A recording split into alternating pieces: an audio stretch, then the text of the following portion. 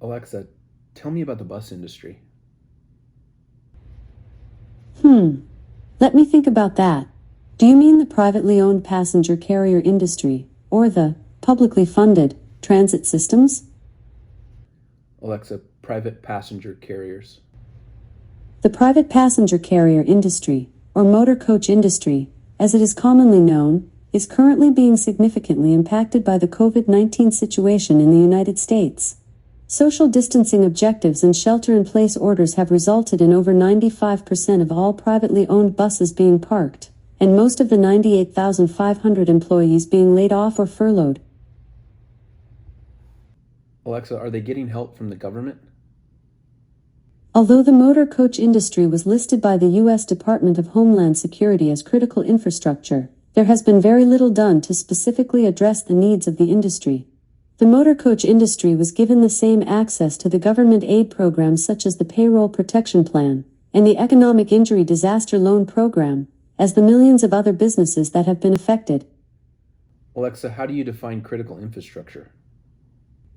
Critical infrastructure is a term used by governments to describe assets and services that are essential for the functioning of a society and economy.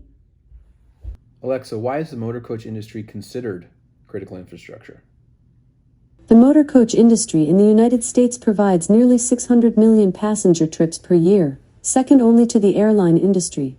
They also provide critical services to Federal Emergency Management Agency during times where evacuation is needed.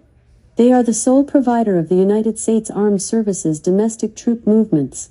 They also play an important role in connecting transit agencies to rural areas and other underserved locations. They provide a safe and affordable transportation solution in nearly every urban area where they play an important role in reducing traffic and greenhouse gas emissions by taking up to 56 cars off the road with every trip.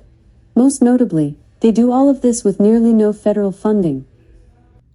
Alexa, so what's the future of the industry then? Based on the current situation and the projected timelines of recovery of the virus, it is unlikely that much of the industry can survive without direct and specific action on the part of the government. Over 80% of the motor coach industry owns and operates less than 3 vehicles and are not in a position to weather a financial drought of this magnitude. All right, Alexa, what do you think the government should do? They should treat the industry as critical infrastructure and provide them with money which has been dedicated to help them survive this crisis so they are able to function in the role they play once this is over. They should stop asking them to stand in line for general funds, accessed through overwhelmed agencies like the Small Business Administration, where they are competing for help with companies and industries which are far less vital to the long-term survival of the economy than the motor coach industry. The government should also realize that without the private passenger carriers, that many of their recovery efforts will be ineffective as there won't be buses available to take people back to work, get them traveling domestically, or serve the airports, cruise terminals, natural disaster evacuations, and other important and critical infrastructures.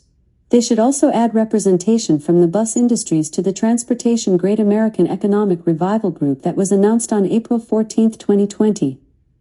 Alexa, what can we do to help? Throughout the COVID-19 crisis, there has been a grassroots movement created by industry associations to call and write elected officials. It appears that this effort continues to go mostly unnoticed and deliver little in the way of major changes to government strategy. The sporadic efforts of those impacted need to be focused. While this industry provides a critical service, its political reach is limited.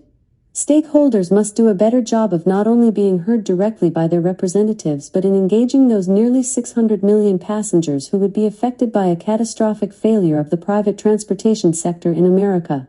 The industry needs to be far more vocal and begin to exert public perception pressure on elected officials, who can in turn help make them a more integral part of the recovery efforts, including dedicated funding for their survival. Thanks, Alexa. My pleasure. Good luck. I really hope you can find a way to save the motor coach industry. At Amazon, we count on them to help our employees and customers. Let me know how else I can be of assistance.